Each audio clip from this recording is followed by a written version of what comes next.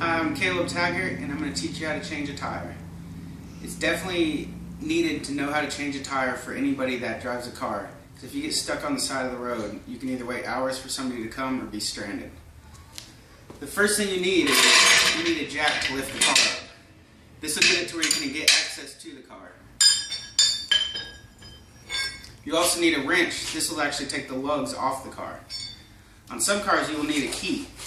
The key is a special lock on cars that makes it impossible to steal a tire unless you have this specific key for this specific car. The first thing to do is you got to locate under the car. There's a metal strip and you can feel it with your hand, and it's just a solid metal thing. It's attached to the frame of the car. It'll allow you to lift the car up without damaging the car. If you do not get on this, you can actually damage your car and make it look horrible. You want to put the jack so it's directly underneath that piece of metal. And then once it's underneath that piece of metal, you can slowly jack it up with your hand. Make sure that it's completely on there, because if you slip, you could hurt yourself. Jacks come in all shapes and sizes. This is actually a floor jack for a garage. Most jacks you'll have in the trunk of your car, usually located underneath the carpet, that you can use to lift your car when you're out on the road.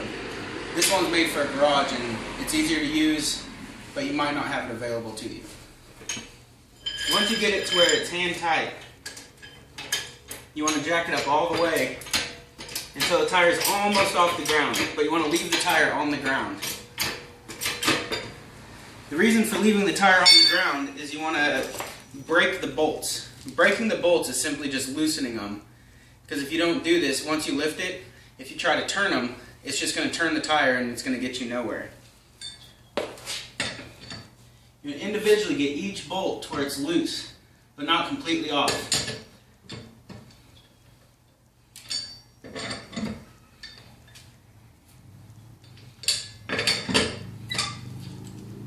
On the fifth bolt is usually where your key comes in. Your key is going to have a special shape inside of it that's only made for this. Sometimes it's hard to get on, but you want to get it in there, you want to lock it in there, and then you use that to break the bolt.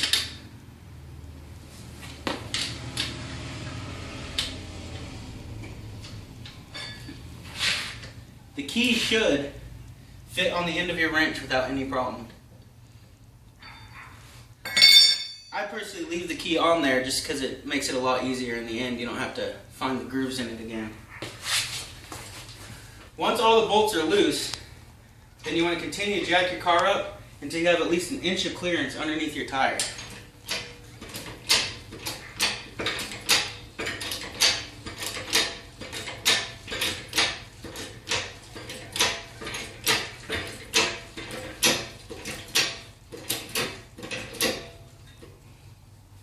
Once you have an inch of clearance underneath your tire should be able to rotate freely.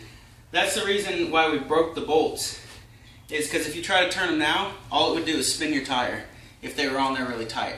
But since they're on there really loose, you can easily put your foot up against it and then spin each one free.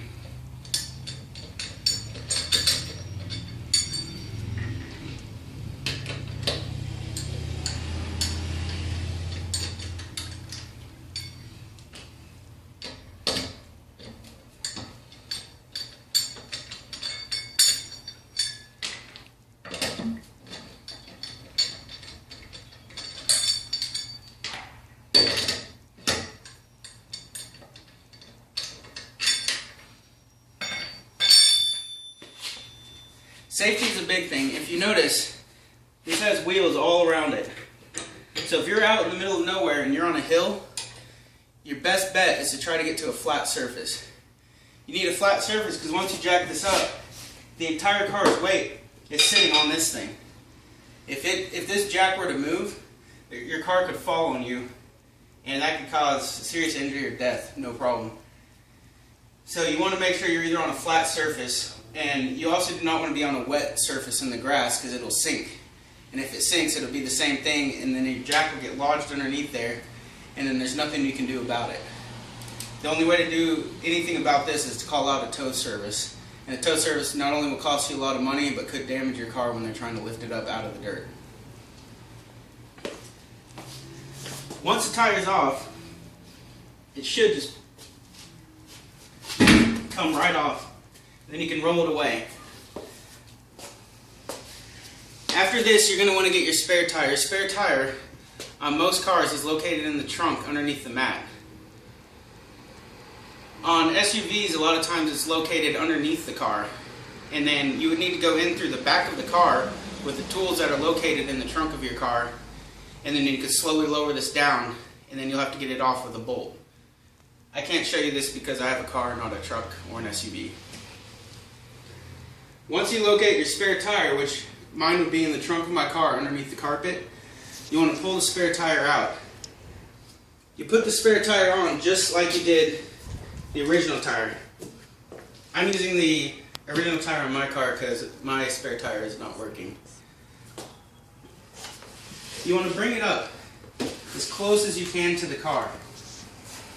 This way you can line it up, because if you don't line it up right, it'll actually be really hard to get on there. And these things aren't exactly light, so you do not want to do that.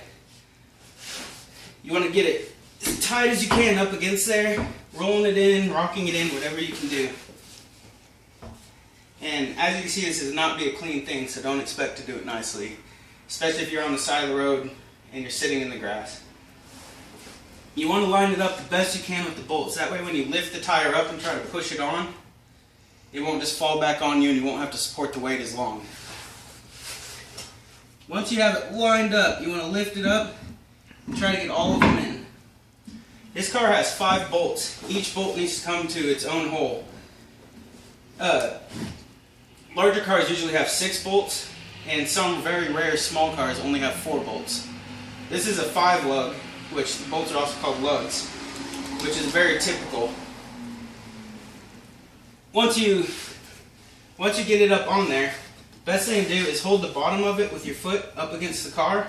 That keeps it from rocking out like this, and this could potentially fall back on you, and you do not want that to happen. So once you get the top lug in, then you want to slowly ease it in, and then you want to put your bolts on. For now, you can put your bolts on in any pattern that you want to. But then once you tighten them down, it's very important that you tighten them in a certain way.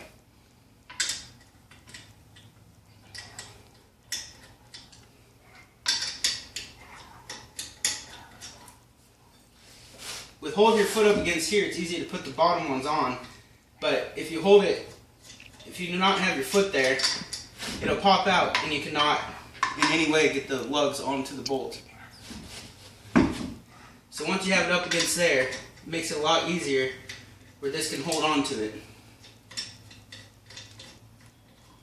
You want to just hand tighten it for now. It doesn't matter how tight it is, you just want to make sure that it's not going to come back out on you. These things may not look that big, but if they crush your foot or ankle, it can hurt very much.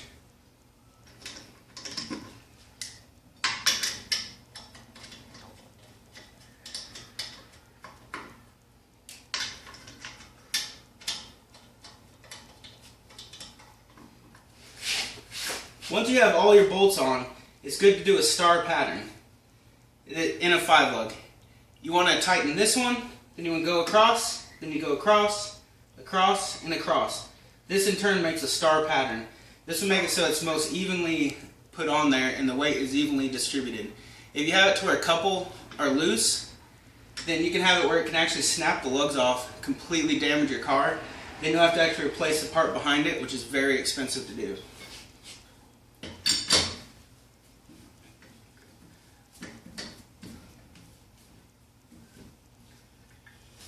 As you can see, the tire is loose, so it's easily moving when I'm trying to tighten it.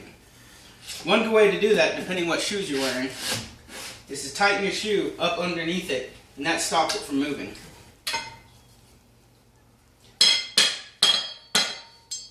A lot of times the key gets stuck.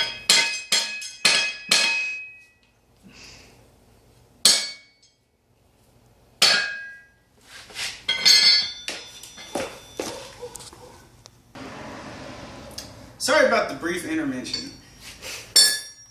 A lot of times the key can get stuck on here, and a lot of times the lugs themselves can also get stuck on here. Best way to do it is to just beat it on the floor like a caveman. Find some concrete, find something hard. I actually had to get this off, clamp some wrenches on here, and I actually had to nail it against the floor multiple times until it finally popped out. This can also happen with your lugs, which makes them even harder to get out, and you want to make sure to get all 5 lugs on your car because it's very important for the balance of it and the safety of it. Now we'll get back to it. If you want all 5 in a star pattern.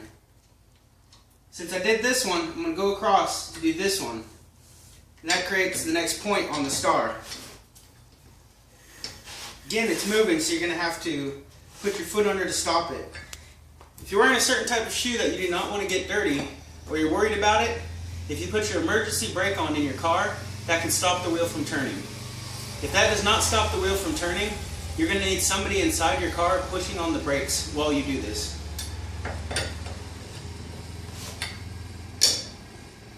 Next one, you want to go to the next point of the star, which is across again. It's very important to keep this star pattern, otherwise you'll tighten them, and it could be this one's really tight, this one's really loose, and that could be very bad for your car. Then you want to go across again.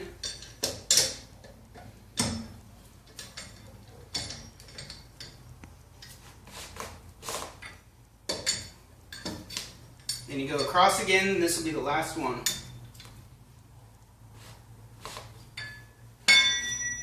Once you have all 5 tight, it's good to go back to the first one that you did and make sure it's tight, because tightening these could have loosened this one up.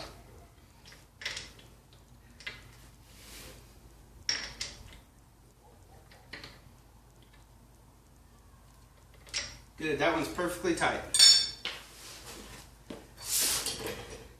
Next thing to do is lower your car.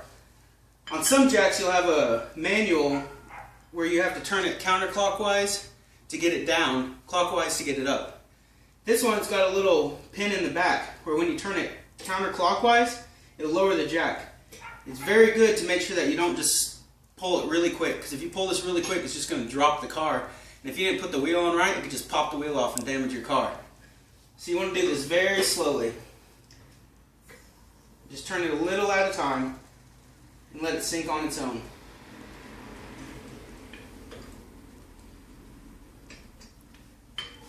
After you do this, you want to go back and verify that all of them are very, very tight and ready to go. And since it's sitting on the ground, you don't need to use your foot or the safety brake. Again, you want to do this in a star pattern.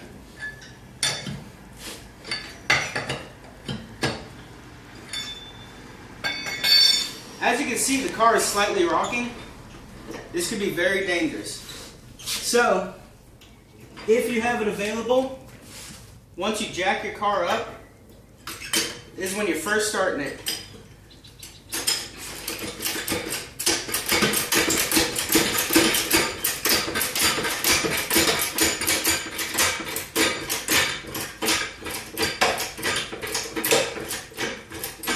If you have it available, it's good to have a jack. You put this jack on one side of the metal bar.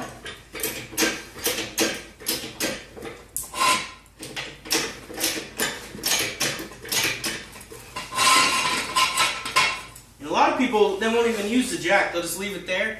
So if this gives up and falls, your car will be caught by your jack. It's very important that you know how to change your own tire. This could be for a lot of reasons.